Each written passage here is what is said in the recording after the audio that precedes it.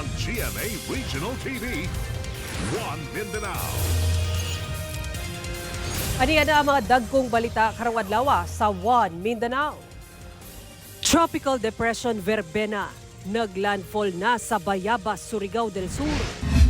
Pag-ulan na sinati sa pipila ka lugar sa Northern Mindanao sukad kaganina buntag. Klase gisuspenso sa mga LGU. Vice President Sara Duterte mipaabot sa pasalamat sa iyang pamilya sa padayong nagasuporta kang kanhi Pangulong Rodrigo Duterte. Lalaking giingong nakatulog, patay human mi bangga ang gimanehong motorsiklo sa poste sa kuryente. Mga gama sa usa ka Pinoy artist sa Phoenix, Arizona, bida sa mga merch sa NBA team nga Phoenix Suns.